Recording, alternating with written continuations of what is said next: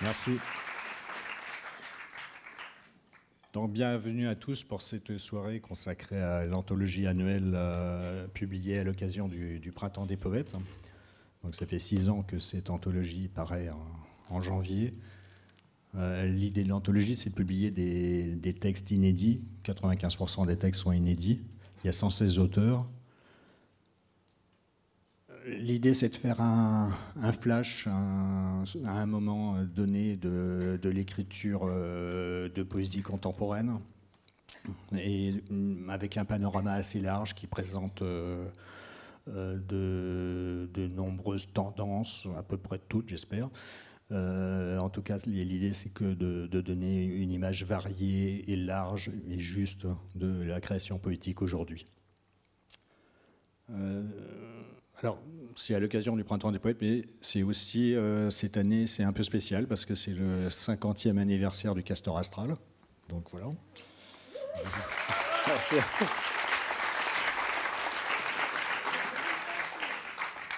Donc merci à Olivier Chaudenson et à son équipe qui est assez formidable et qui permet que tout ça puisse exister.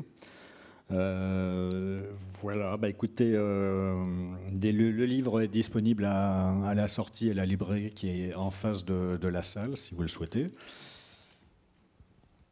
Alors vous allez entendre 12 auteurs par 3 vagues de 4, avec une petite exception au début, parce qu'on va rendre hommage à Luis Mizon, qui nous a quittés, qui était un ami de très très longue date et un grand poète. Donc c'est Charles Gonzalez qui va lire son texte. Ensuite, vous entendrez Christophe Manon. On dira les noms au début pour que vous y retrouvez. Donc la première vague, c'est Christophe Manon, Mylène Tournier, Vanille Bouillagui, Guillaume Decour. Et ensuite, il y aura des interventions musicales. Ah oui, il faut que je présente les musiciens. Lola Malik, ici, et Pierre Demange aux percussions, et Lola Malik, ça se voit, c'est au violoncelle. Voilà.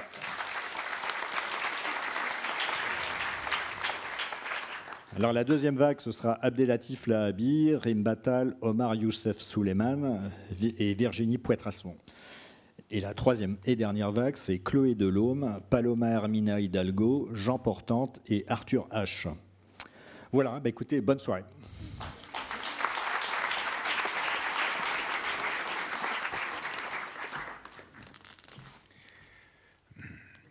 Ce très beau poème de Louise Mizon pour toi, Martine, qui fut et qui le restera sa compagne d'amour éternellement. Écrire un poème est un acte de courage, comme se jeter à la mer pour sauver un enfant. L'instant ne sait pas nager dans le naufrage du temps. Garde toujours près de toi les instants sauvés des eaux. Les instants de ta vie sont des petits Moïse à la dérive, endormis dans leur panier de papyrus. Les poètes devraient être des infirmiers, des médecins d'urgence, prêts à risquer l'impossible pour garder les mots en vie. À l'âge mûr, souvent en exil, ils écriront la légende des choses minimes, les instants qu'ils ont eu la chance de sauver. Parmi les fleurs calcaires du récif, ils trouvent parfois des petits miroirs brisés. Ce sont des morceaux de l'âme d'autrui. L'âme, ce sont des mots et des tâches, et ce qui reste en nous de plus fidèle aux mots, la trace de notre haleine la plus pure dans la bise de l'au-delà. Rides irisées, rails qui s'en vont vers nulle part, écailles d'acier sombre, échos de l'horizon, étincelles dispersées dans la suie du ciel, galaxies qui s'enroulent sur les arbres de cire.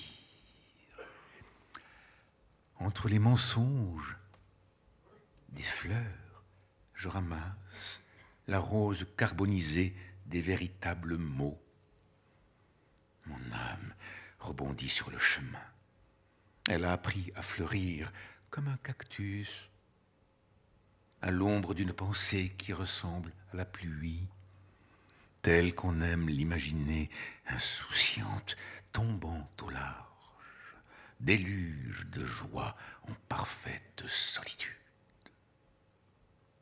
Mon âme m'a appris à inventer un monde à l'intérieur d'un caillou, avec un ciel sans nuages et un lac dans le cratère d'un volcan. Mon conte repose à côté de mon âme. Ils déjeunent sur l'herbe sans repentir ni doute. Ils mangent ensemble pain de nuages, grappes de raisin, figues d'ombre, et boivent le vin ensoleillé de la vigne déracinée. Oh, mon âme a grandi à l'ombre des choses disparues. Elle m'a appris à me nourrir d'éclipses dans l'espoir du soleil. Je n'ai plus besoin de corps pour exister. Surfeur de la vague qui ne vieillit pas, point doré qui saute sur les écrans verts des radars. Mais d'où viens-tu? Où vas-tu, petit point doré? Mon âme est partie avant moi. Elle m'attend peut-être, assise dans un bistrot du mont Olympe, devant un verre de bière ambrée. Comment ferons-nous pour nous reconnaître, si par chance je l'aperçois au loin, dans les latitudes et les longitudes de l'instant, de l'ailleurs ou de l'ici? Mais comment savoir si elle me fuit ou si elle m'aime? J'imagine mal notre première rencontre. Je demande aux pierres de rester près de moi pour que je puisse découvrir sous leurs paupières fermées le regard de la prière. Oh, mon âme est partie, emportée par le vent. Elle ne reviendra pas. Le vent non plus. Il cherche qui a volé la lumière. Louise Misson.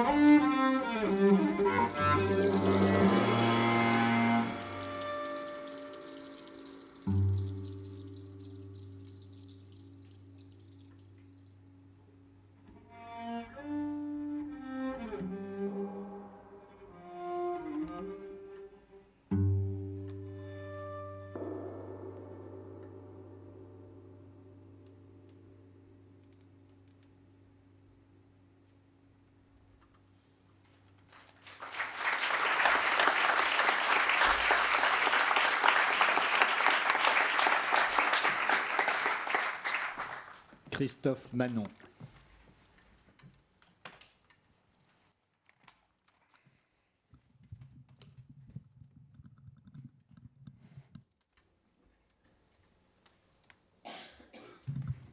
Bonsoir.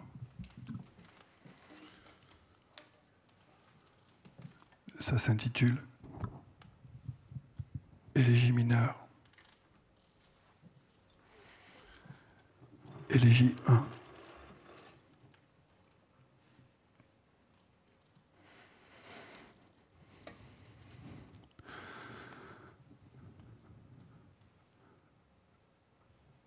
Palémo n'a pas su dire les mots les morts. S'oublie, ne m'oublie pas les morts. Sont sans repos, mais c'est toujours la même. Histoire, toujours la même histoire. Dit-elle, les années toutes. Les années, les très longues. Années, puis fermez-les. Et puis fermez les yeux. Mais pourquoi, dis-moi? Pourquoi? Oh, pourquoi, s'il te plaît? Les bêtes vivent, les plantes. Vivent les hommes, vivent les bêtes. Meurent, les hommes meurent aussi. Et les plantes, les hommes ne meurent pas, ils disparaissent, on les oublie, les arbres. Et les plantes poussent. Oh, c'est ainsi. C'est ainsi, oh. Ne pleure pas, mon petit. Mon tout petit, s'il te plaît. Non, s'il te plaît, ne pleure. Pas, mon petit, mon petit cœur adoré. S'il te plaît, ne pleure pas. Les espérances, les petites, les grandes. Les petites espérances. Vois, mais vois donc. Sois sage, s'il te plaît. Noir et jaune et vert et rouge, s'il te plaît. Gris, bleu, jaune, vois. Oh, mais vois donc. Que l'avenir est incertain, que nous sommes tous destinés à mourir, que tout est pour le mieux. Vent, pluie, ciel, nuage, arbre. Ciel, pluie, nuage, vent. Il pleuvait. Il pleut. T'en souviens-tu? On est bien peu de choses, dit-elle bien. Peu de choses, à la fin une poignée. De cendres à la fin répandue. Sur toute chose, voici. Ce que nous sommes, c'est toujours la même. Histoire qui n'en finit. Pas assez finie. Mais c'est toujours pire, c'est encore. Toujours pire. Où sont-ils? Que sont-ils devenus? Une égratignure, une toute petite égratignure, rien de plus. N'y va pas si tu t'en vas, j'irai. En rêve, je vais t'y retrouver. Vaille que vaille. Et des mattes de chien. Tant de fois j'ai passé en pensée, ma main dans tes cheveux. Ce jour-là, c'était un jour, c'était d'un autre jour, un jour. De plus en moins, c'est ainsi, oh. C'est ainsi. Vivre, vivra, vivront, vivez, a vécu. Un petit tour, et puis s'en vont. C'est cela, c'est bien cela, oui. C'est cela qui nous fut demandé.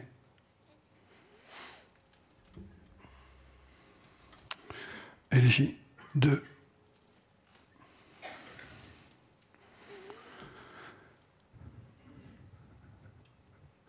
Commencer ici, ça commence ainsi. Comme si je me souvenais, pouvais me souvenir, mais ne me souviens pas, car comment fixer ce qui s'efface, c'est effacer la lumière. Et verticale, puisque c'est oui.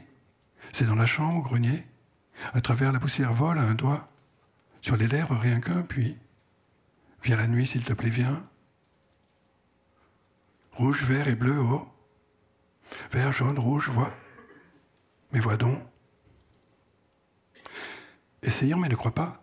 Pouvoir me souvenir de rien n'est impossible et nage dans le temps à contre, courant comme mort. Semble-t-il, mais on ne l'est pas, le sommes-nous impossible. Que tu n'y sois pas venu, je n'irai plus, mais plus le temps passe tout de même, on pleure tout de même. Le lapin, la poule, le chien, les cochons, les vaches, les veaux, les canards et le dindon, et les pintades. Pose 2 et retiens 3. Qui a fait cela, qui donc a fait cela? Il y a beaucoup, dit-il derrière, les portes closes de spectres. Ne cesse-t-il de répéter, il y a, en nombre derrière les portes. Inutile il est absolument de les ouvrir, ajoute-t-il, aussitôt pas la moindre. Car les morts vont vite, dit-il, les morts. Vont vite, cela ne le savons-nous pas. Puis que pendre, donc à bien s'y tenir. Et vont s'évanouissant, se dissipant. Dans l'air et même ils ne s'appartiennent. Plus et notre appel est vain, mais comment, oh, comment ne pas les oublier, leurs visages fluctuent et s'effacent et s'occultent. Leurs traits ainsi que dans l'air s'évapore notre haleine, nous. Passons tous, il disait, nous passons, sans même laisser la moindre trace ou le plus infime et discret, le plus imperceptible souvenir, mais cela n'a plus guère la moindre importance. Ne cesse-t-il de répéter plus la moindre importance, c'est du passé, n'en parlons plus, car ils n'ont certes plus besoin de nous, puisqu'ils sont désormais sans histoire. Et plus rien, non plus rien ne les touche. Mais nous, il nous est impossible d'exister. Sans eux, nous ne pouvons plus vivre. Qu'ont-ils besoin du jour? Souple et radieuse debout, dans le soleil atroce doucement, décevante et prodigue, en douceur et combien, ô combien douloureuse. C'est toi, c'est tout toi, oui, c'est bien toi. Oh viens, viens, c'est si bon, oh, mais viens donc. De tout petits cailloux, dans le fond de la gorge, et toucher le cœur palpitant des pierres. C'est un retour de flamme, en plein dans le mi-temps du ciel. Je vous remercie.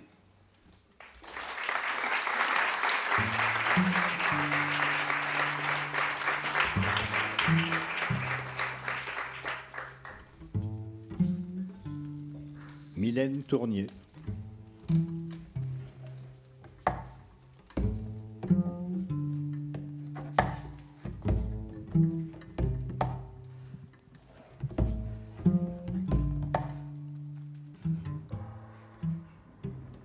T'aimer, c'était que je veux que tu m'accompagnes et t'accompagner dans cette première allée du chiasme, ici qu'on fait, de d'abord vivre sans mourir, et puis de mourir sans vivre. On marchait dans l'église de bord de mer.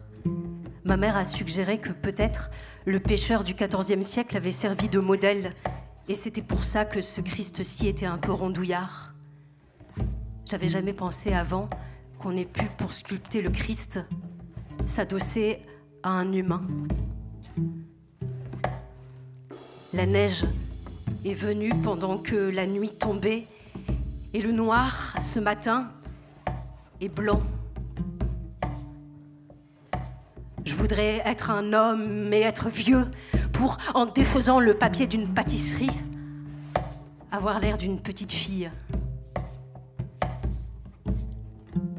La petite cessa bien vite la course qu'elle avait lancée lorsqu'elle vit son vieux père derrière, asthmatique, essoufflé, et gagnant en larmes, revint s'accrocher à sa main.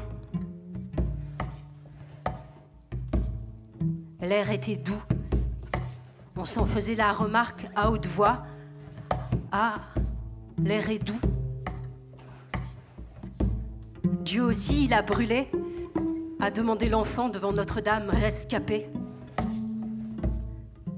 Tu crois que quand on meurt, on devient quoi? Peut-être des anges gardiens, a répondu ma mère. Si tous les morts s'y mettent, alors il y a plus de gardiens que de détenus, a ri mon père. La vieille traverse. Le bus s'arrête. Quelle force j'ai, s'étonne la vieille. On apprendra par le piano public que le clochard sait donc en jouer. Pèlerin de Compostelle, le vent s'engouffre dans les bacs de réglage et les bâtons de marche sont des flûtes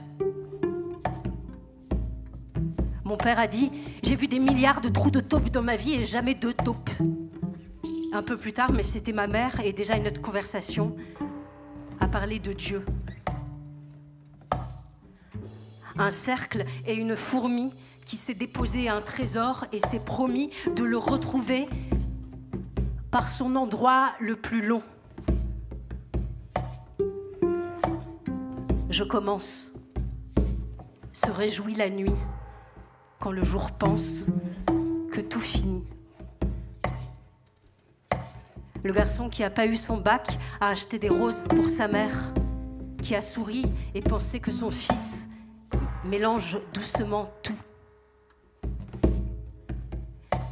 J'aimerais tellement voir un oiseau, a supplié le prisonnier. Alors le gardien s'est approché et a battu des cils. Le soleil est plein d'eau, a dit la dame, pour il pleut. Devant le coucher de soleil, la dame outrée. Alors toi, on ne t'a pas vu dans la journée, là. Tu te montres quand tu te disparais.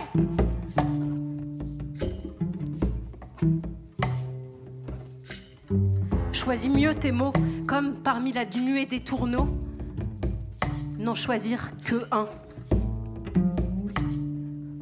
Pourquoi la lumière et la bonté, ça fait pleurer?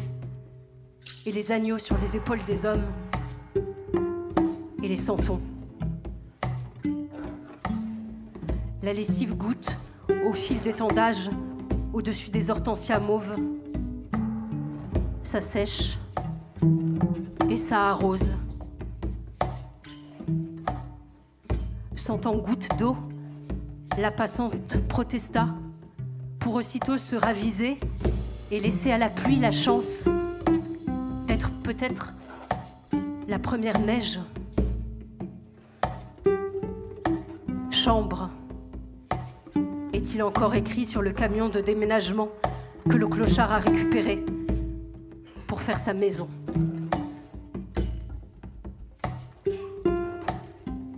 S'il y est encore, espérait ma mère à propos d'un banc que nous avions croisé et sur lequel peut-être on pourrait revenir pique-niquer.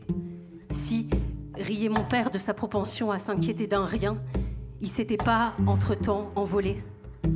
S'il y est encore, savait-elle bien, elle, que les mères et pères sont ces bancs qui, entre l'aller et le retour, sont soudain plus où ils étaient.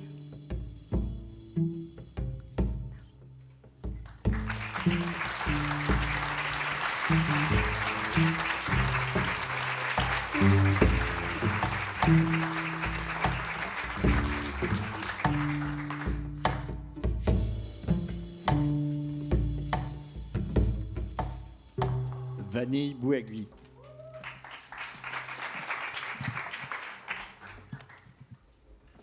Bonsoir. Je vais vous lire une ballade amoureuse. Ou pas. Elle eut fini de m'absorber un soir pluvieux d'avril. J'avais perdu toute consistance, toute frontière. Un trou béant qui portait ses contours, la bouche cousue, et comme du ciment dans les veines. On m'a dit, Vanille, la clé maintenant, c'est de ne surtout pas baisser les bras. C'est donc les bras en l'air qu'il fallait se remettre en marche. J'ai supprimé la conversation d'un coup sec, effacé le numéro d'un mouvement assuré pour la 15e fois. Le problème, c'est que je connaissais la fin par cœur. Je savais que si ça se terminait par 31, c'était elle. J'ai ouvert Facebook, machinalement, puis Instagram et Tinder. J'ai fermé Facebook, j'ai fermé Instagram. Je scrollais à en avoir des crampes dans les doigts, les yeux fatigués, frottés, effrités, appuyés contre le mur miteux de ma mezzanine, les poutres penchées, menaçantes au-dessus de ma tête, le cliquetis infernal de la chaudière, la pièce froide et épuisée. Tout ici semblait pâle, blanchi par l'âge. Moi avec. Il y avait quelque chose dans son profil qui me mettait mal à l'aise, mais je ne savais pas dire quoi. Les cheveux pas très propres, les ongles pas entretenus, Elle était un peu trop maquillée, c'était pas très bien fait, le mascara avait laissé des tout petits pâtés à la racine des cils. J'aimais pas ses chaussures. Elle avait le regard un peu vitreux, un peu vide, et les gencives immenses. J'ai hésité longtemps, basculant d'avant en arrière, zoomant sur chaque image, le pouce et l'index écrasés dans l'écran, incapable de passer à autre chose. Je me suis dit qu'il fallait pas faire la fine bouche. Je me suis dit que j'étais probablement pas mieux. J'ai swipé à gauche, ça a matché direct, la gêne. On s'est réveillés collés au cuir du canapé-lit, chacune trempée par la sueur de l'autre, et contre ma cuisse, un sang qui ne m'appartenait pas. 13h13, 69 un gras. J'ai pensé, ça a dû être une sacrée partie de cul. Dans la tête de la boue, ou peut-être l'inverse, enfermées l'une dans l'autre, nos intestins comme enlacés, l'odeur de transpiration tiède, dans chaque recoin, chaque cavité, des contrées qui n'avaient pas été visitées jusqu'alors, et l'interdit à l'intérieur des narines. Je me sentais si jeune et sale. J'avais toujours rêvé en secret d'être cette personne un peu mystérieuse et dégueulasse qui se réveille le lendemain de beuverie avec le pouce d'une inconnue dans le cul. Mais puisqu'il fallait être honnête, ça ne me ressemblait pas tant que ça. Elle avait la voix pâteuse, la bouche très sèche et j'entendais la salive claquer à l'intérieur, ça me mettait mal à l'aise. Elle a bu une gorgée d'eau, ça m'a soulagée. Elle avait besoin de parler, elle m'a dit qu'on commençait simplement à se connaître et qu'il fallait continuer d'apprendre. J'en avais pas trop envie. Elle voulait toujours tout partager, que tout soit dit. Je me suis dit que c'était probablement la raison pour laquelle elle avait plus de salive. J'étais mutique et enfermée dedans, mais elle restait quand même là à mes côtés et j'en étais tellement reconnaissante. J'avais l'impression de n'avoir rien à lui proposer, rien à lui offrir de plus que quelques conseils attendus et mauvaises vannes. Mais ça avait l'air de lui suffire pour le moment. C'était une petite embrouille comme tant d'autres, un truc sans fond réel qui monte en épingle. Elle a prononcé mon nom pour la 3e fois, c'était suppliant et agressif. Puis on a fini par s'enlacer, comme pour acter une forme de réconciliation à laquelle on ne croyait ni l'une ni l'autre, coincés dans ce déclin infini. On savait même plus dire si c'était la bonne décision ou juste une triste habitude. Allongée sur le côté, elle m'a serrée dans ses bras blancs paresseux, la tête écrasée, prête à exploser entre sa mâchoire et son épaule. Je regardais au loin la plante tordue dans la pénombre. J'avais rien du tout en tête, pensée, silence, morne pleine. Une larme lourde et ronde est tombée depuis le coin de l'œil jusqu'à la narine. Un laps de temps assez court, puis une nouvelle larme s'est formée. Elle a roulé le long de ma joue, s'est fait avaler par le nez, et ainsi de suite. Ça semblait être le cercle le plus vertueux de ma vie. Je ne veux pas sembler ingrate. J'avais moi aussi été touchée par la grâce, 1 ou 2 fois, peut-être même plus. Et les ailes de quelques anges m'avaient bel et bien frôlé sur leur passage. Mais ils étaient, je crois, simplement en route pour se poser sur l'épaule d'une autre que moi, plus vaillante, pas encore vaincue. J'avais le profil gauche enfoncé profond dans l'oreiller, un filet de baffe s'écouler contre la taie. J'ai senti son souffle changer doucement dans mon dos, et enfin elle s'est endormie. J'ai pensé aux quelques heures de répit devant moi, quelques heures de repos. J'ai remercié un Dieu au hasard. Il était 4h du matin. J'ai pensé qu'on me livrait mon tapis entre 8h et 10h. Dans un demi-sommeil rêverie roulette russe, j'ai pensé à la Martinique et ses couleurs d'hier. Crépuscule orange sanguine, demi-cercle rouge colère, posé face contre mer. J'ai revu Ami cacher son visage en larmes dans ses 2 mains noires immenses. C'était horrible. Mais comparé aujourd'hui, ça semblait presque être un joyeux souvenir. Le goût du poulet boucané, du rhum tiède. J'ai pensé à ma grand-mère et son regard en bout de piste, la mine alourdie, gorgée de fatigue, les marques de décennies entières de mensonges et de tristesse amassées au coin des yeux. J'ai pensé à Arthur, à qui la mort avait confisqué la parole. Un bref instant, je me suis sentie heureuse d'être aimée et en vie. J'ai eu la certitude que mes pensées étaient infinies, qu'elle trouverait toujours refuge quelque part, que j'aurais toujours une voix, une place dans le monde, quelque chose à y dire. Toujours un endroit où regarder, même tout petit. Une brèche, une faille, une page, une plage. Quelque chose, n'importe quoi. Puis, j'en ai été moins sûre. Merci.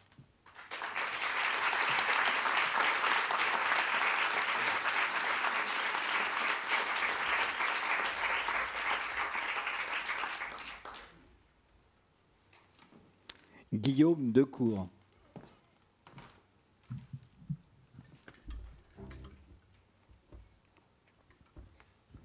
Bonsoir.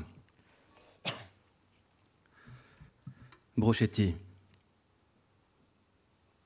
Nous dînions souvent de mabawa, manioc et brochettes de zébu, notre mère, Juliette et moi. Le brochetti a-t-il disparu? Nous étions heureux dans cet endroit. Les tables se trouvaient dans la rue. Des roussettes dormaient sous le toit. La viande était cuite au feu de bois. Nous dînions souvent. Sans couvert, prenant avec les doigts, saussant le poutou, ce piment cru, qui, même après que vous aviez bu 2 ou 3 canettes de coca, vous brûlait la langue et l'estomac. Nous dînions souvent.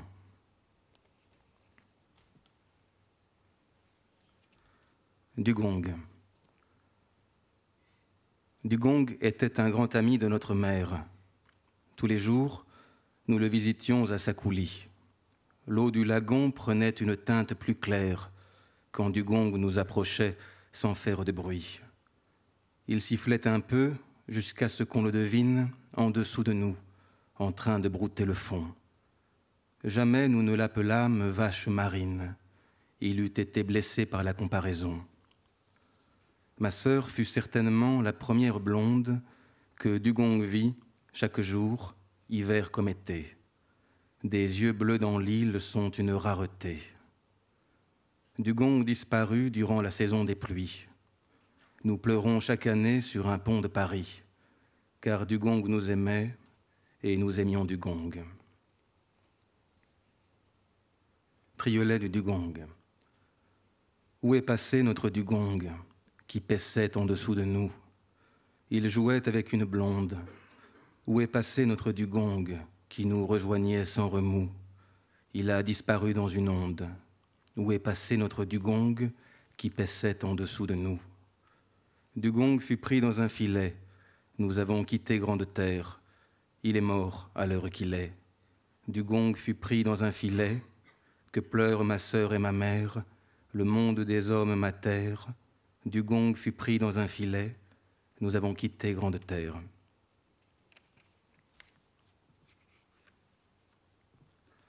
Picpus. Je marche vite et me dépêche sur le boulevard de Picpus. Je vais déposer à la crèche nos jumeaux. L'auxiliaire russe, joli, sévère mais pas rêche, porte un mascara bleu de Prusse. Je marche vite et me dépêche sur le boulevard de Picpus. Ukraine, inflation, c'est la dèche. Je fredonne Charlie Mingus. Nos jumeaux rendront dans le bus toutes leurs compotes de pêche. Je marche vite et me dépêche. Merci.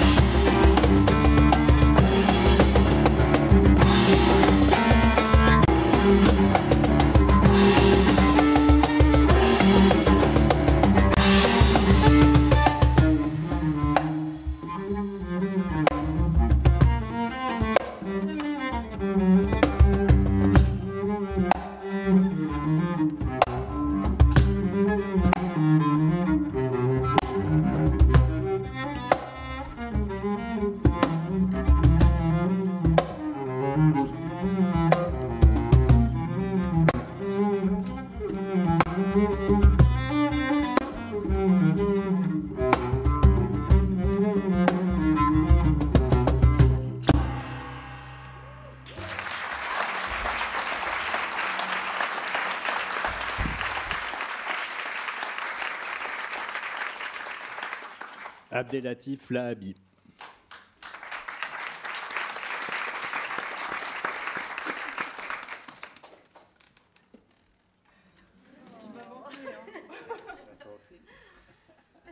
On refait plus ça, hein.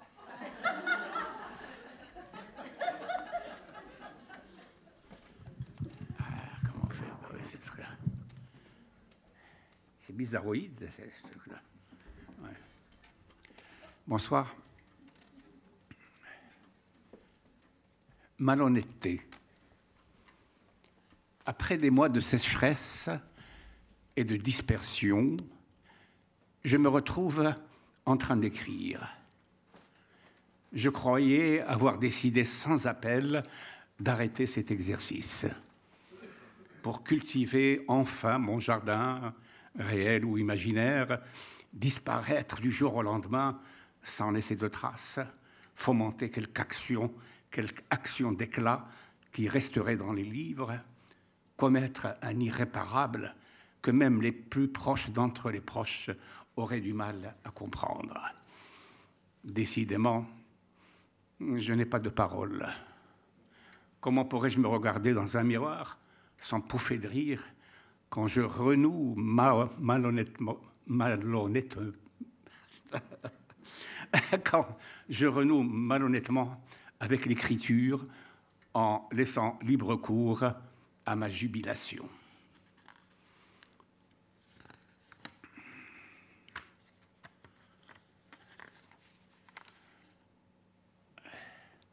Dans l'attente du printemps, même si je ne me fais plus d'illusions sur l'ancienne rotation régulière des saisons, j'attends, en cet hiver bâtard, le printemps.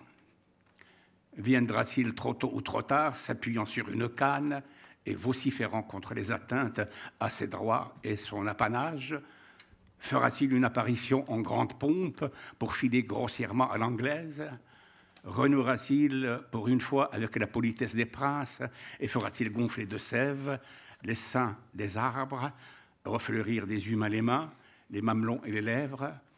Répandra-t-il sur la page du ciel la touche d'indigo que n'utilisent que les grands maîtres?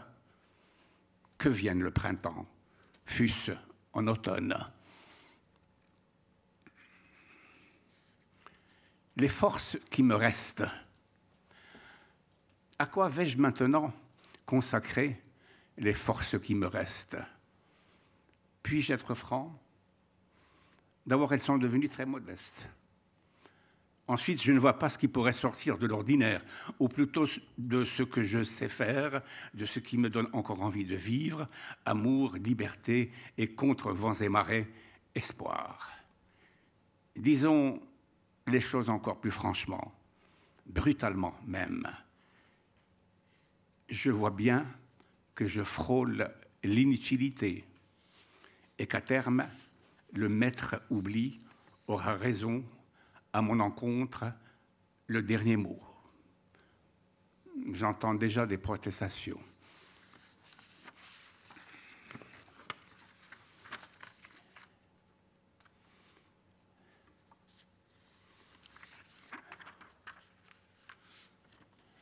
Diversion. Une gazelle batifole entre les doigts de ma main droite. Elle les mordille vicieusement et les pourlèche. Elle leur parle, leur intime l'ordre d'inventer une danse sur le clavier, la musique étant de son inspiration.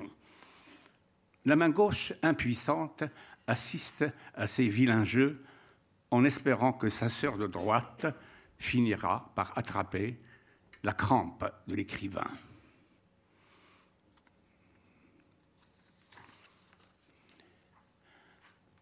Note surréaliste. Des textes tombent sur moi. C'est la seule pluie à laquelle j'expose volontiers mon visage et n'hésite pas à mouiller mon pantalon. D'où viennent ces textes? D'où viennent-ils, ces textes? Et pourquoi choisissent-ils ma caboche pour tambouriner jusqu'à ce qu'ils trouvent la mélodie de leur chanson?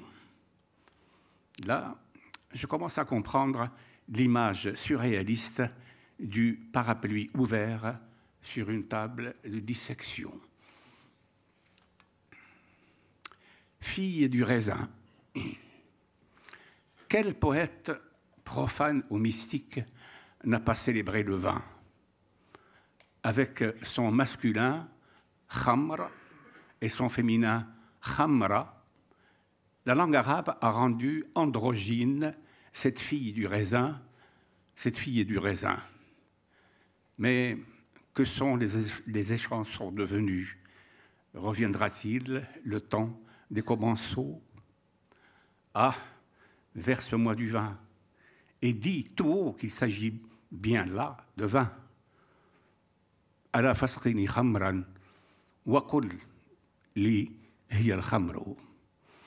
Ah, verse-moi du vin, et dis tout haut qu'il s'agit bien là de vin. Foin de toutes les censures, dont des tu penses comme moi ou je te tue, des livres détenant le monopole de la vérité, du sacré, des identités meurtrières. Merci, Amin Mahlouf. Des machines à fabriquer la haine, à brasser le vent, des idées creuses et venimeuses. Ah, foin, foin, je tombe de fatigue. Allons, cher et vieux commensal, verse-moi, verse-nous du vin. Khamra, khamra, cette fille androgyne du raisin.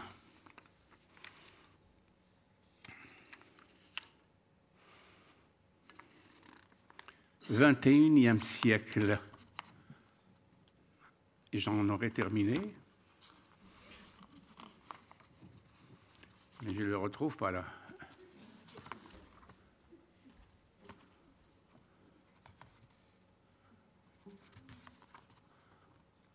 Bon.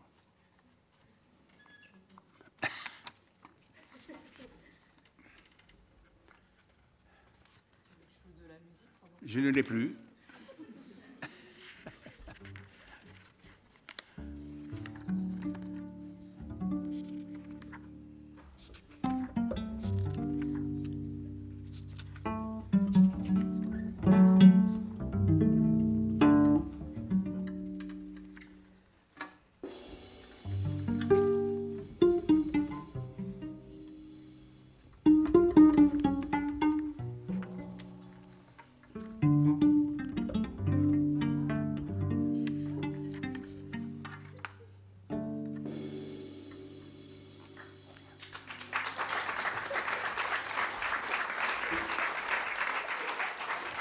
Bon, pour finir sur quelque chose auquel j'avais pensé d'abord, c'est-à-dire de lire un texte dédié à la mémoire de ma sœur, de mon âme sœur en poésie, Anise Koltz, la poétesse luxembourgeoise.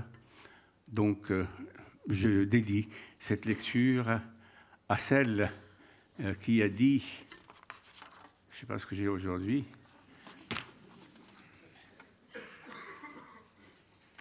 qui a dit quelque chose. Je voulais vous lire.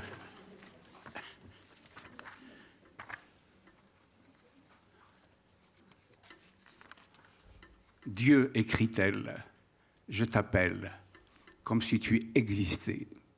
Descends de ta croix. Il nous faut des bûches pour nous chauffer. Et un autre de ses poèmes. Ma poésie appartient à la guérilla du langage. J'aiguise chaque mot avant de l'intégrer dans mes poèmes, qu'ils deviennent pierres que je lance contre la société pourrie. Oui, je fais partie de l'intifada. Merci.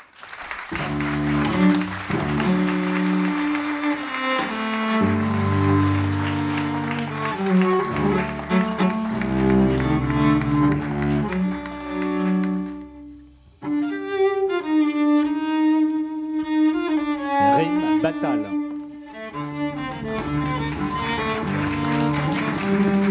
Bonsoir.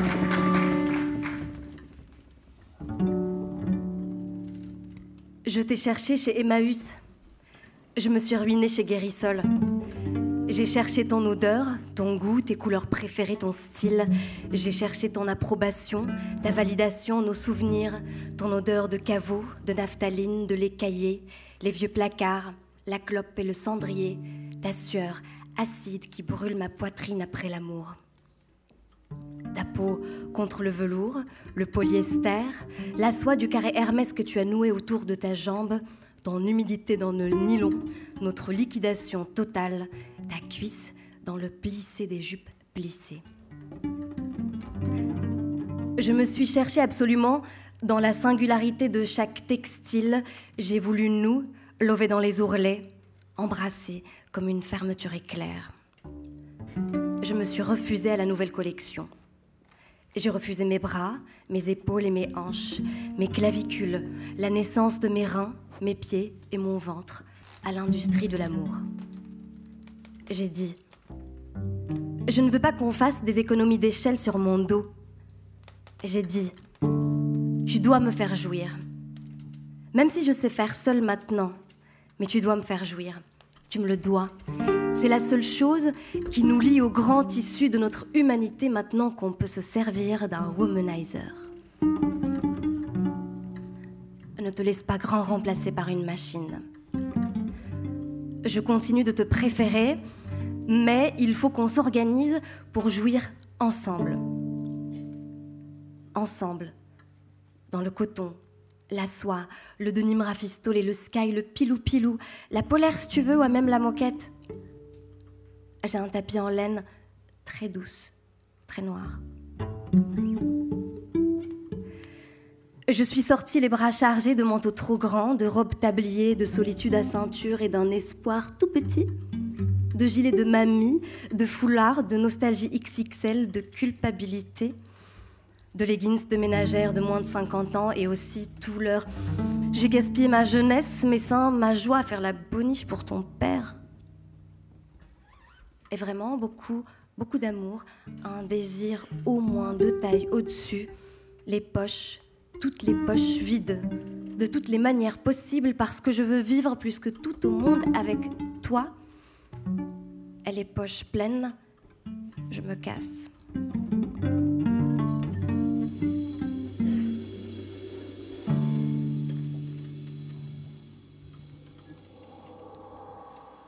Tu m'as dit, ça va?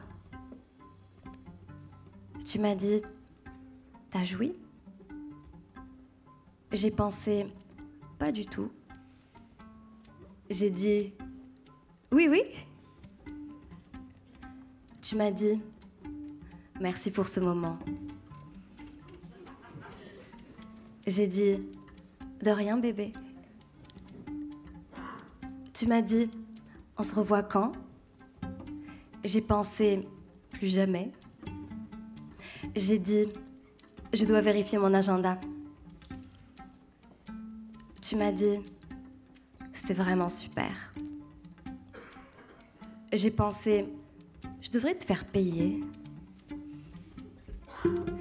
Et j'ai dit, je t'enverrai la facture. Et tu as rigolé. Et j'ai rigolé. J'ai dit, je dois rentrer. Tu m'as dit, je te raccompagne. J'ai dit, non, t'inquiète. Et tu m'as dit, ok. Et je suis sortie. J'ai marché dans la nuit, je m'en suis roulée une. Il faisait -5, il était minuit -5. Et malgré mon corps plein de lui-même, mon corps dans son jus, plein de ces fardeaux dont tu n'as pas su m'alléger, j'ai pensé, je suis libre. Et j'ai dit à voix haute, je suis libre. Et je suis allée boire un dernier coup à la fusée. Je m'y suis faite flaque, j'ai dansé sur une table, montré ma culotte, chanté. Je m'y suis répandue de la manière la plus extrême qui soit. J'ai étalé une joie radicale et prosélyte. Je me suis donnée en spectacle pour ne pas être regardée vraiment. On m'a payé des coups, on m'a payé des frites.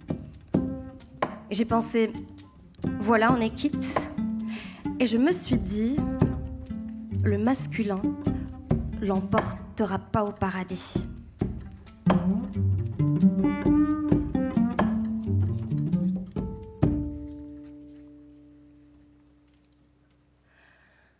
Maman, je suis comme morte depuis longtemps déjà, c'est ça mon secret. J'ai réfléchi, je me suis dit, tu veux quoi? Être dans les clous, cloué au sol, cloué au pilori, au mur, épinglé comme un papillon, casé, cassé, sans volonté propre, sans désir, zéro marge de manœuvre, sans voix, sans bras, sans toit, rentrer à l'heure, arriver à l'heure, regarder la vie, demander l'heure, attendre au détriment des petits chemins, des pauses, des pique-niques, des demi-tours, des tournées en rond, des rencontres, et j'ai hurlé « Plutôt mourir !» Et je suis morte sur le champ. Et face contre sol, j'ai compris que c'était là un champ de possibles, champ infini qui s'offrait à moi. Depuis, je vis comme Jaja. Et tu sais quoi? Tu me manques comme si jamais je ne t'avais connu. Et ne doute surtout pas que je t'aime.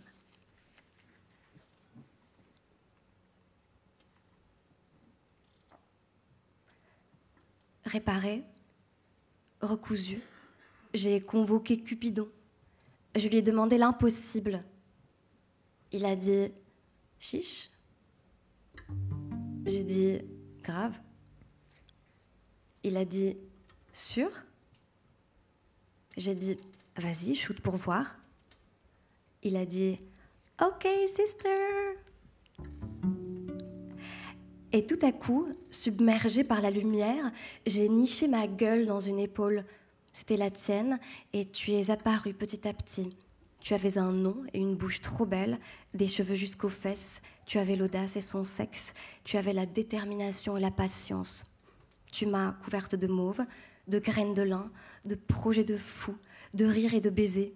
Tu as drainé mon corps out of itself et les toxines séculaires qui s'étaient incrustées dans mes os. J'ai mué 1000 fois jusqu'à toi. J'ai rampé depuis ma caverne où j'ai failli vivre peinarde. Désormais, je suis au-delà de l'aveuglement. Je suis moi, pas amputée, pas amoindrie, forte comme 1000. Aucun retour en arrière n'est possible. J'aime plus que tout ce que je nous prédis dans le miroir qui est poème. Je suis guérie, totalement. J'ai dit « Merci Cupidon ». Il a dit « De rien, bébé. Merci.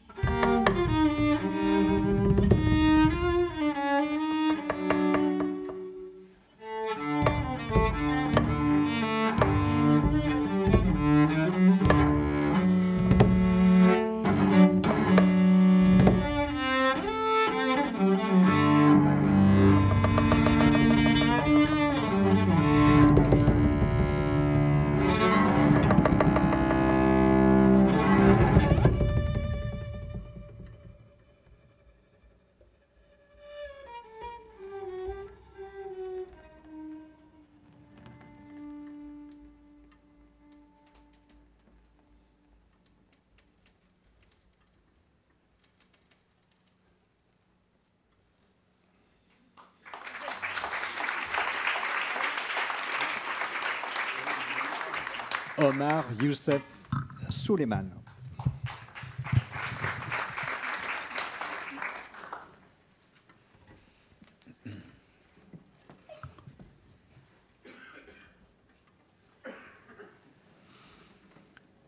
Arrivés chez les veilleurs du néant, nous avons dit adieu à la guerre, adieu aux portes de la ville, et nous y avons laissé en consigne nos valises chargées de ruines. Voici des oripeaux colorés par l'aurore et par des larmes de joie. Nous avons traversé avec eux des ponts désolés, les coquilles de nos mots ballottées dans les poches.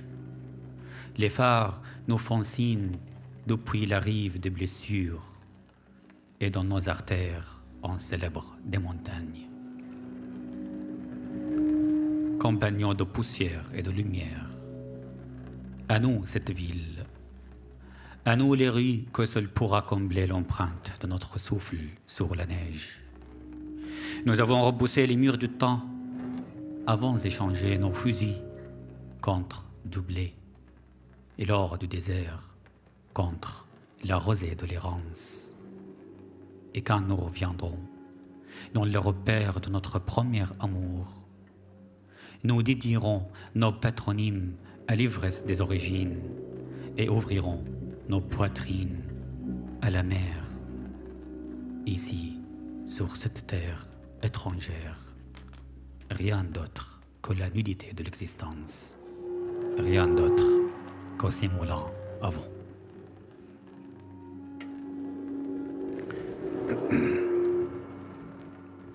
Je rêve d'une nuit sans couteau, d'une étoile toujours en retard et de colombes ayant échappé à la guillotine. M'entends-tu, palmier? Mes ailes sont épuisées.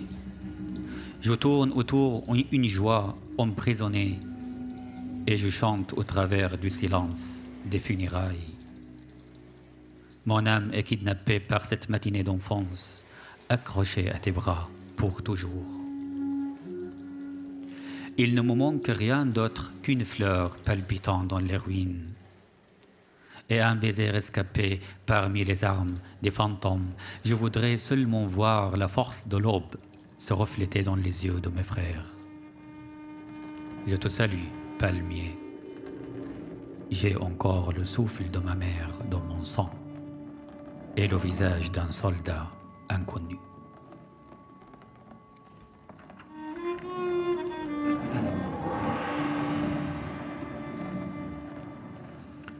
Je ne sais plus s'il nous reste un récit au cœur des miroirs ou encore un enfant oublié.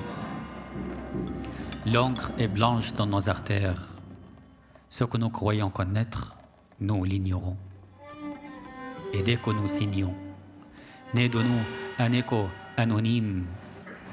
Il se mêle à l'odeur de la nuit de mars entre la poutre à canon et les larmes. Quand je grandirai, je serai une étoile. Ainsi parle la trace de la balle laissée dans la chair. Il ne vous servira à rien d'ouvrir mes brouillons et de veiller tard en compagnie des nuages jusqu'à mon retour. Qu'un seul exilé appelle ses frères et le soir se blesse.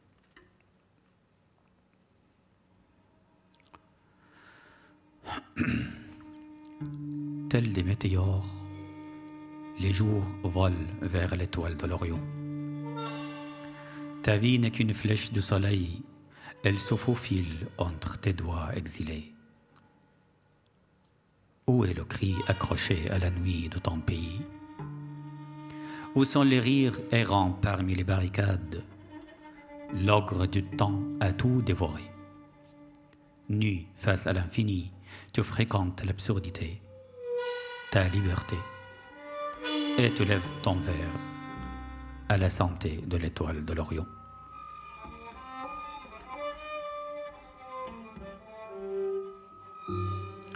Dans le ventre glacial de l'hiver, des fils barbelés étouffent l'écho de l'avenir.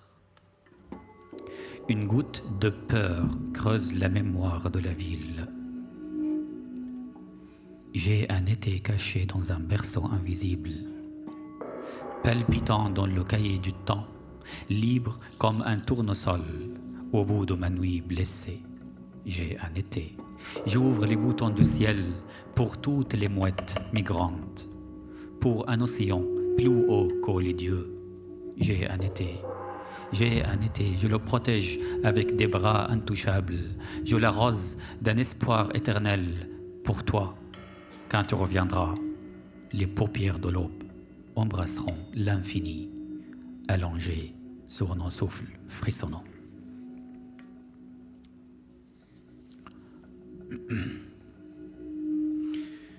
Je n'ai jamais vu la rage de l'air.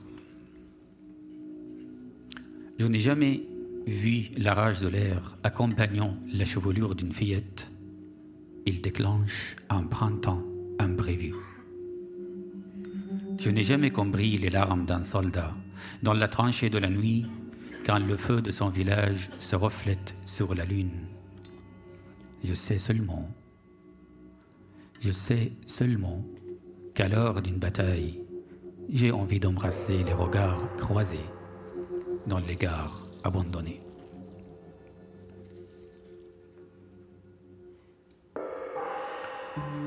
Et si je kidnappais la ville, la retenais dans nos souffles, afin que personne ne nous surprenne, qu'en penses-tu? Dans la ligne étoilée de ta paume tremblante, je lirai la promesse de jouissance, j'ôterai de ma tête le savoir des tempêtes, afin que tu confies ma présence à la rivière éternelle de ton sang. Et si nous devenions 12 oiseaux migrateurs dans cette peinture, qu'en penses-tu? Nous pourrions jouer à cache-cache dans la forêt de nos deux corps, et peut-être tu me retrouveras pour toujours.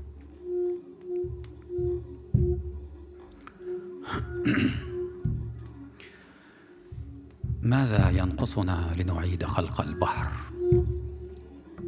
صدى أنفاسك يغطي الزمان، وحولنا ما من قاتل ولا ضحية، حولنا وحدها السماء تصحو من جديد. كما كل يوم أشرب قهوتي بانتظار الكلمات. بعد رحيل الطغاة سأصغي لخطوات أبي في آخر ممر العمر، وسأفتح النوافذ لكي أتحسس المسافة التي كبرت في قلبي. لن يتغير شيء. Que nous manque-t-il pour recréer la mer? L'écho de ton souffle défie le temps. Autour de nous, ni tueurs, ni victimes. Autour de nous, seulement le ciel à nouveau éveillé. Comme tous les jours, je bois mon café en attendant les mots. Après le départ des tyrans, j'écouterai les pas de mon père au fond du couloir de la ville. J'ouvrirai toutes les fenêtres pour sentir la distance qui a grandi dans le cœur. Rien n'aura changé. Merci.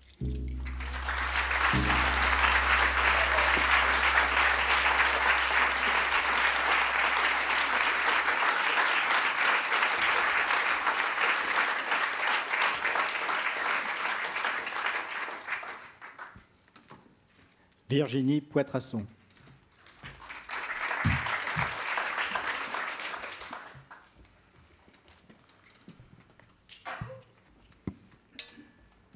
Bonsoir.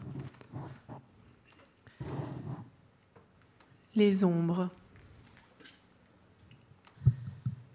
Contre moi, encore une fois, tu t'en prends à ce qui fait contre. Je suis postée devant toi, ton dos étendu. Tes mains tirent sur l'effroi, le déploient. Je me décale, change de rythme. Tu plies sous l'effort. Tes forces devenues contraintes, tu y es empêtré. Je forme une nouvelle figure, un autre trajet. Je ralentis, tourne la tête. Mes bras me portent à gauche. En décalage, j'y trouve ma respiration. Les lignes droites et continues sont tiennes, et je ne tiens qu'en les enjambant. Je me retrouve en circulation de façon inédite. Le frôlement ne conduit plus au frémissement ni à l'abandon. Il est ce point de bascule dans tes gestes arrêtés, empêchant tout déplacement. Celui du bras qui enserre, de la main qui presse, du vent ramenant quelques mèches, de la jambe tout contre.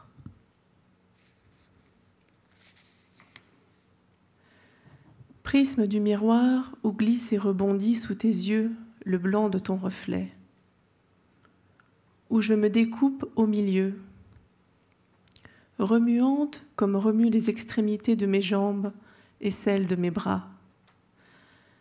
Gravitant autour de ton reflet, mon image embuée par ton regard, le flou de ma bouche, grande ouverte et refermée à l'intérieur, le cri retenu au fond du palais, ne pouvant résonner, ni voir le jour, même dans le plus petit souffle. Tu circules en mon milieu, et je tends mon visage comme on tend son corps pour alerter du danger de voir tout s'effriter. Ton visage vissé, tes yeux bondissants, rien qui ne se dessert, masse hurlante qui monte, racle le fond des choses, masse hurlante qui se heurte, se cogne, laissant derrière toi cette béance au bord duquel se fige la découpe de nos reflets tremblés. Et voilà, comme possession, cette force qui jaillit et qui s'écoule épaisse et lente. Nous nous sommes rapprochés, encore plus près de nos peaux, manquant d'étouffer, manquant de périr. Les dents serrées dans ce combat, et nous nous sommes rapprochés. Quand lutter fait glisser et replier doucement, mais inéluctablement la volonté.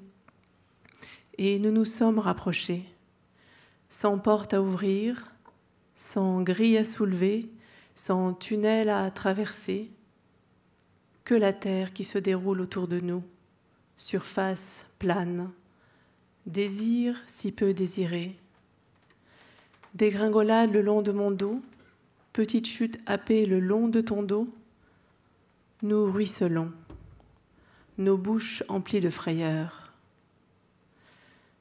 Et ça descend encore vers un fond qui n'est pas sans fond, vers un fond qui se confond en nous, qui puise dans nos tréfonds. Tracer de petits cercles et s'arrêter au centre. Freiner au mieux la descente en éprouvant les murs. Tête appuyée au plus fort contre les parois, même si les épaules et les bras ne sentent plus rien. Rien n'atténuera notre rencontre, rien pour l'amoindrir, la déformer, l'effacer. Le choc est frontal et méconnaissable dans nos visages clos.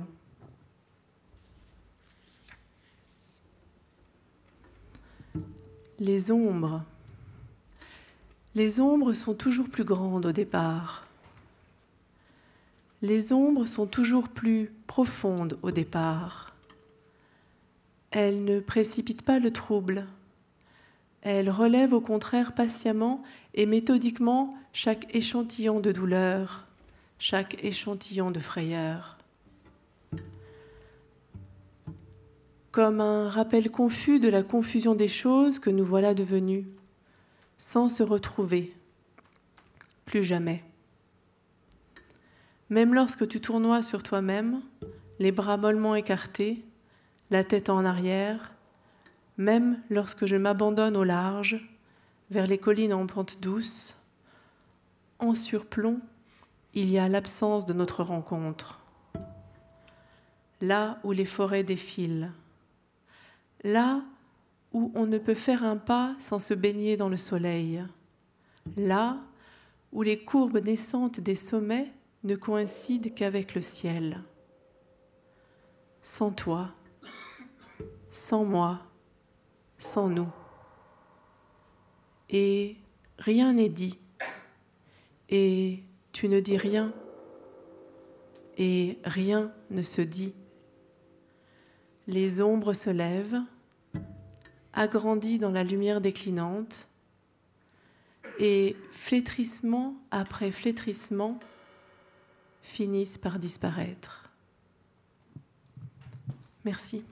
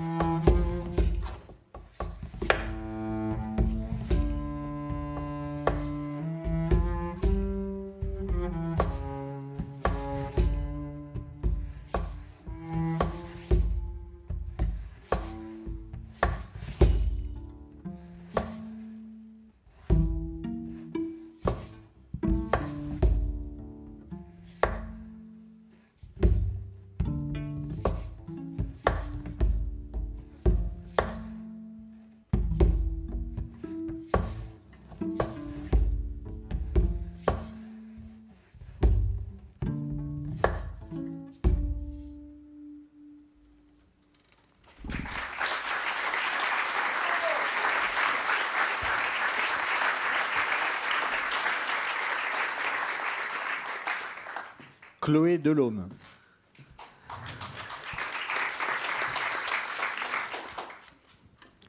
Le coq est mort dans la bruyère. Il a chanté à 5h02. Depuis demain et avant-hier, sous vos applaudissements, messieurs. L'incendie a mangé l'hiver, la cire a fondu, comme leurs yeux. La reine a cramé la clairière, le monstre a emporté le feu. Aucune urne pour tellement de cendres qui collaient à leur peau la nuit. Aucune urne et tout à apprendre. Ils les ont recouvertes d'un tapis. Leur phonographe devait s'éprendre des valses majestueuses du déni.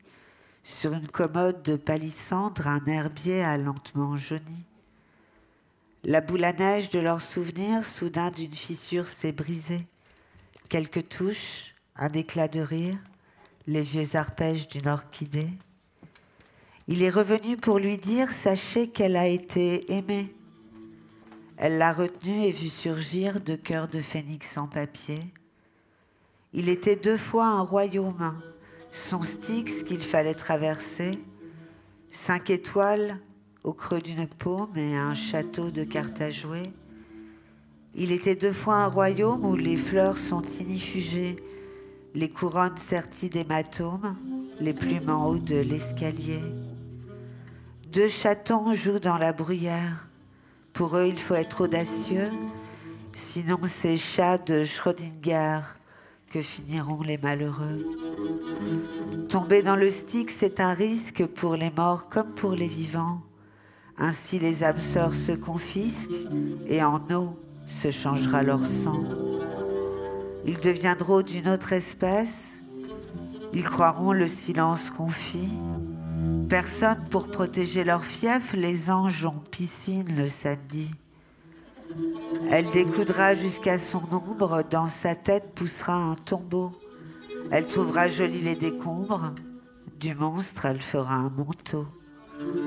C'est comme ça qu'elle finit l'histoire. En sautoir se porte le néant, la reine renoncera à sa tiare, et d'elle et lui fera un roman.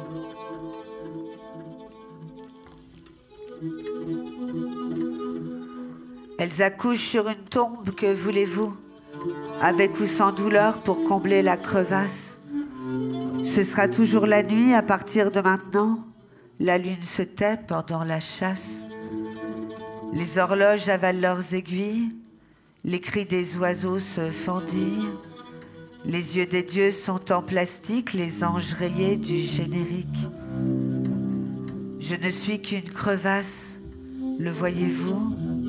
Avec ou sans mes sœurs, mes gouffres sont sans fond. Des crachats de charbon flottent dans mon sang. J'attends qu'apparaisse le dragon. Sur les murs de la ville, la pluie lentement défait ces milliers de promesses toutes écrites à la craie. L'extinction me sauve de moi-même. C'est comestible, le saviez-vous, les chrysanthèmes? Seul en moi une voix pleure, l'entendez-vous? Ces sanglots, c'est du verre pilé contre mes os. Elle s'est cachée au creux du cœur, ça le grand gros, l'abandon en miroir des visages sa terreur. Ses poupées perdent leurs cheveux et sa jolie robe a pris feu. La petite fille qui est en moi est une tumeur, la supprimer ferait mon bonheur. Je dois tuer l'enfant intérieur, je dois tuer l'enfant intérieur. Je me couche dans ma tombe, que voulez-vous? C'est là mon lieu refuge avec ou sans hypnose. Ce sera toujours la nuit à partir de maintenant. Je sais qu'aucune parole ne sauve. Je n'ai qu'une solution pour que mon chagrin meure. Je dois tuer mon enfant intérieur. Merci.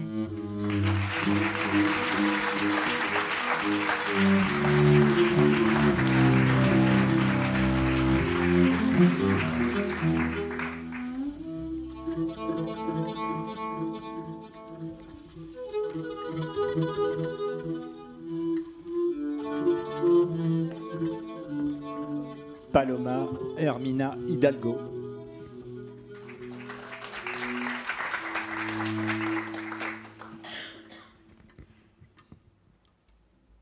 Donne ta bouche, ma figue. Tu poses ta lèvre sur la mienne et me passes, dent contre dent, le lait mielé des figues. Le jeu des laitiers, deux anges ne font pas plus purs. Je rougis du baiser, crains ce prodige qui m'éblouit. L'instant est le point où deux anges ne font qu'un. Et puis, j'ai des peurs de coquette, redoute ce glouton qu'alourdit la joie quand sa paume fourrage ma blondeur, la dépouille des rubans. Et j'endosse le corps du bon gars, soudain jouvenceau, serre le poing, bande mes muscles, creuse mes joues comme pour siffler. Mais père laitier est impérieux. Il entre jusqu'à devenir ma gorge. Sa langue est méchante. Elle force la lèvre, accomplit contre la luette sa torsion de lamproie. Le plus hardi des gars subit cet empire ou s'y dérobe. Aïe, Baba. Aïe. Ma joie s'émousse. Après le jeu, je n'ai que ce lait en gorge, mais j'en essuie le ventre. Et le monde ratatine, jusqu'à n'être qu'un point neigeux dans une aube si blême qu'il ne reste de vif que ce lait à ma glotte. Pas plus pur, figuette. Pourtant, ça sent mauvais. Caca. Je ne le dis pas. Le mot s'englue dans ma bouche. Et mon visage se froisse.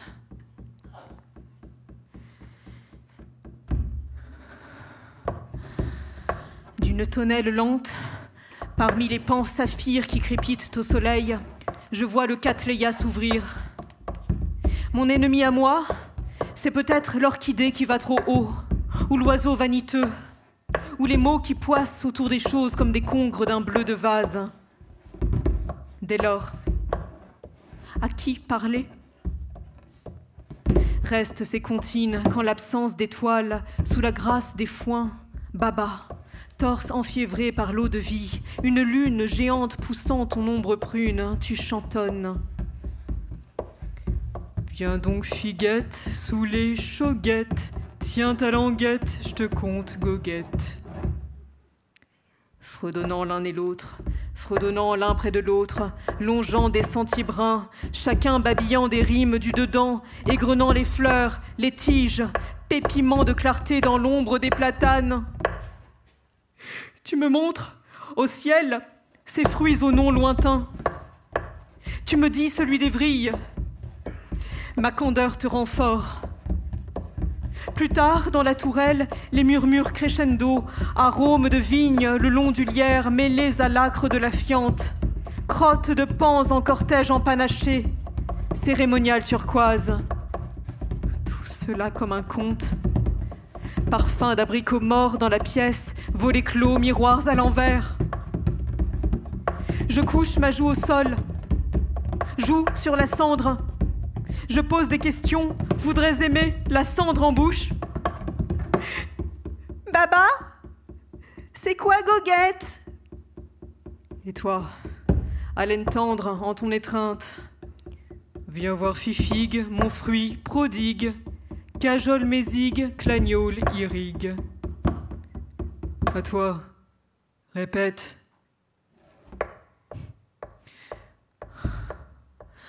Ma voix tendre, un babil scande l'éclat. L'allation faute de souffle, mots enfouis dans la gorge. Tu caresses ma pommette, baiser du bout des ongles et moi, pauvre sourire, toute honte bue. Aïe! Mais aïe! Suffit de toucher, de câliner là pour que le sang perle, un baiser de l'ongle et c'est la méchanceté comme les figues en charpie. Dans le noir, j'imagine la mort des fruits. Mes cheveux glissent, visage givré à force de sueur. Raie de lune à mon front. Dans la cendre, nous jouons aux morts, fermons les yeux. Le premier qui les ouvre. D'un index, tu écartes mes paupières, mon caraco troué. Perdu figuette.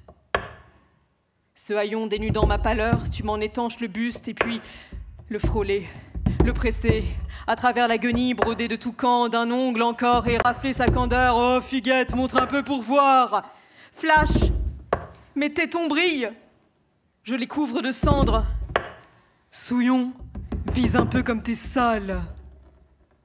Doigt fouillant la poussière, enserré dans sa main au-dedans d'elle. Pâle cendrillon, sous ses haillons, sale étraillon, la pure souillon.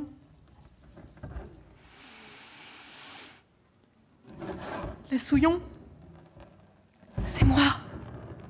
Encagé mon cœur, je le sens à mes lèvres, battre contre ma glotte, oh, si fort. La souillon, c'est Figuette, qui empaume la poussière, tempes écrasées au sol, blondeur de cendre, oui, elle n'a pas peur, non, des comptines sous l'escarbille, pas peur des rats qui pleurent là-haut dans la tourelle, pas peur, non, princesse cracra, fée d'apparat, pas peur, non, non, non, non, oh non, elle la connaît, la fable à l'envers, écrite noir et cendre dans un livre de contes. La souillon, c'est moi. Le reste, je ne sais plus. Je voudrais courir, quitter les pans, les figues, leurs contes pétrifiés, courir, frislis de plumes, l'acide fiante sous mes pieds nus. J'aurais pu pleurer. Pleurer. Je ne savais plus. Merci.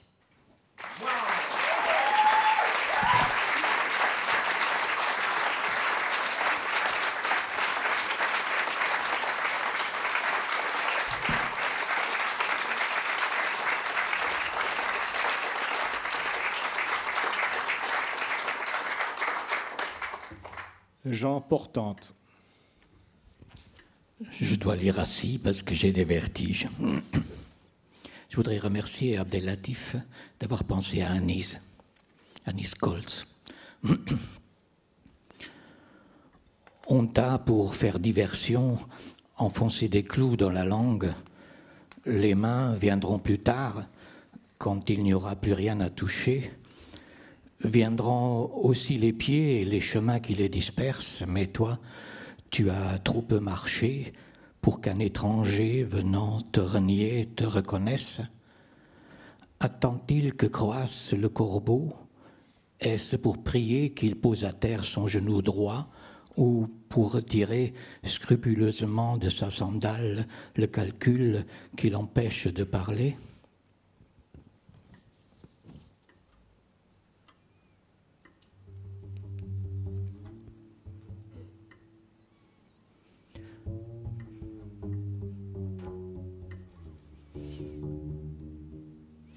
Te voilà malgré tout puni à la porte du cercle de la trahison.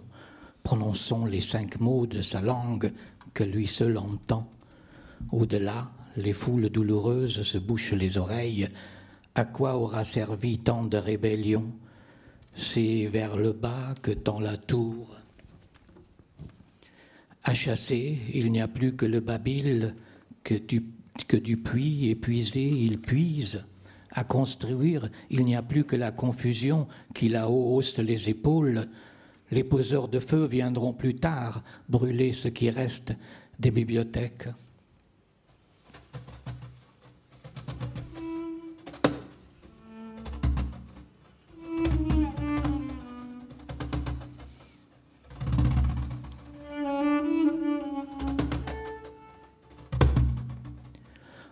Au cœur sans écho, en toi commence et finit l'univers. Federico Garcia Lorca. Est-ce entre Frat et Guadalquivir, où se pavane sans écho l'autre fauve, que le géant a pris possession de la terre, puisque de ciel il n'y en avait plus à étayer? Fatiguées étaient ses épaules à force de porter. L'orage, pourtant, a éclaté plus furieux que d'habitude. Il en reste des traces sur ces chemins qui sans cesse disparaissent dans le cœur et la poussière. sur l'un d'eux, mais c'est plus au sud, et bien plus tard, 6 fusils de vent, ou peut-être 7, ont troué une âme qui pourtant parlait.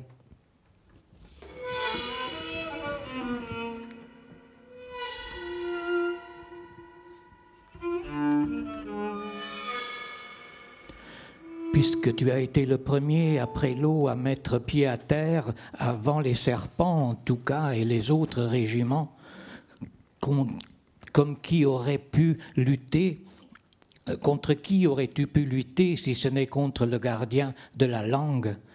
Mais le feu était déjà volé et les anges déjà déchus. Que faire d'autre alors que la chasse n'était pas encore fermée que de sacrifier l'horizon en échange du vertige, gratter le ciel peut-être et la langue qu'il parlait?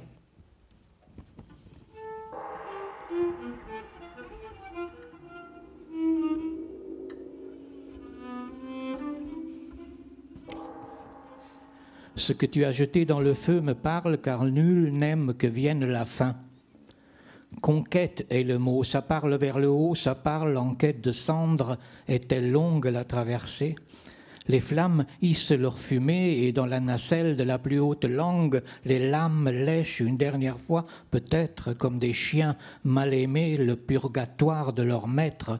Il en faudrait davantage pour reconstruire la maison.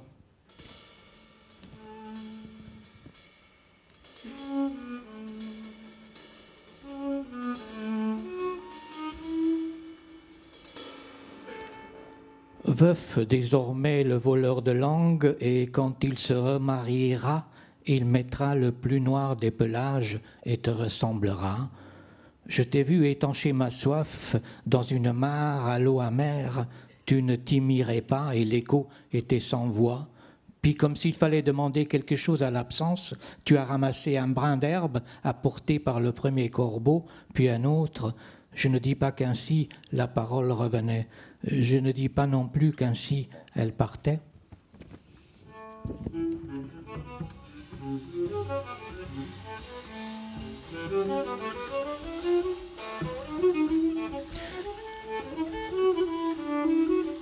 Il n'y a aucune fierté dans ce feu, aucune colère dans ces flammes quand elles lèchent les pages de ce livre que tu tiens dans la main comme on tient au sacrifice. Et c'est comme si tu étais l'agneau définitivement parti en fumée. Et c'est comme si la fumée, une fois arrivée là-haut, flottait comme flotte un drapeau blanc tenu par un nuage. D'éclair, il n'y en aura pas cette fois, ni d'orage, car apaisée est la mémoire, et elle dort le sommeil des justes. Il y a là-haut un nid, mais tu montes plus haut.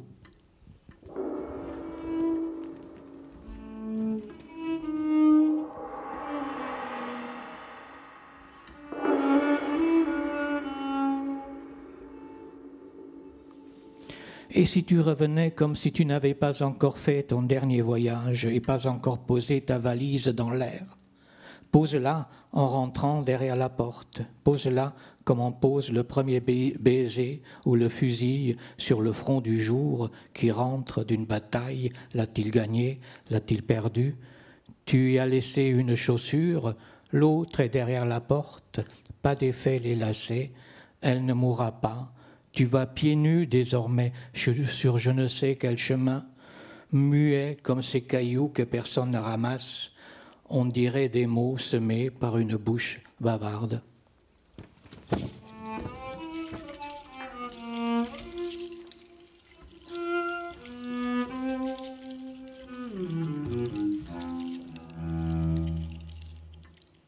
Merci.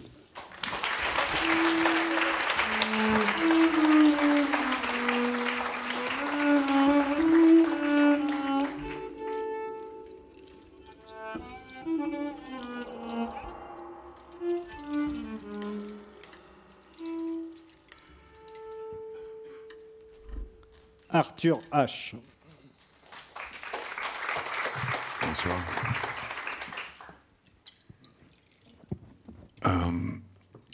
Si jamais vous achetez le livre, ce qui est quand même possible, ne vous étonnez pas si la version que du texte, je veux dire, est légèrement différente, parce que Jean-Yves va beaucoup m'en vouloir, mais quand j'ai reçu le livre et que j'ai lu mon texte, j'ai voulu tout de suite le transformer, parce que moi j'aime bien travailler les textes encore. Tu lis le truc imprimé, tu te dis merde, je pourrais aller plus loin. Et du coup, je l'ai un peu transformé. Mais il est bien aussi le premier, mais il est juste différent, quoi. C'est pas le même exactement. Voilà, donc, juste pour vous prévenir. C'est une histoire vraie qui m'est arrivée l'été dernier pendant la canicule, à la campagne, quand il faisait très très chaud. Au milieu de l'été, durant les fortes chaleurs, je suis descendu à la rivière. L'eau est glacée, car elle sort de la terre.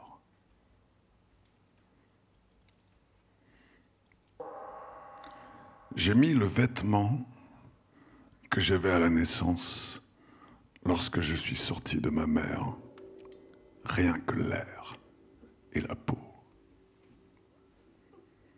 Je me suis glissé lentement dans cette clarté saisissante. Par mon souffle, j'ai régulé l'affolement de mon cœur. Pendant que la masse humaine se dissolvait dans le brûlant, je me densifiais dans le froid. Juste le bruissement délicieux de petites spirales étincelantes, minuscules maelstroms sonores.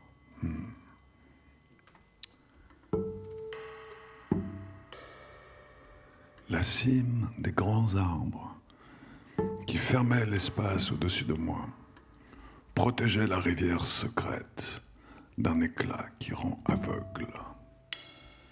Une respiration intense annulait l'attaque du froid. Je me détendais dans cette osmose avec l'onde et la transparence. Puis je sortais et restais accroupi sur le bord boueux, imbécile satisfait, aussi silencieux que la forêt, jamais aussi heureux que la tête absente et le corps désert.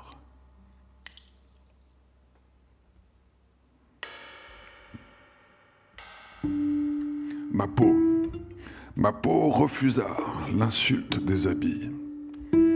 Je traversais l'enceinte des saules et des aulnes, passais la barrière des pins et des fougères, et j'atterris dans l'immense clairière, tabassé par la lumière.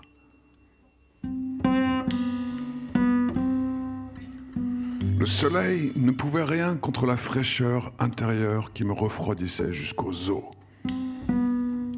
Ainsi, sans crainte, j'absorbais le feu sacré sans qu'il m'assassine. Puis, je marchais vers la cabane. Les herbes me frôlaient les cuisses. J'évitais les ronces, mais cueillais les mûres. Mon sexe, frêle trompe de jeune éléphant, de droite à gauche se balançait. Pouvais-je encore désirer quelque chose dans ce foisonnement de miracles? Oui.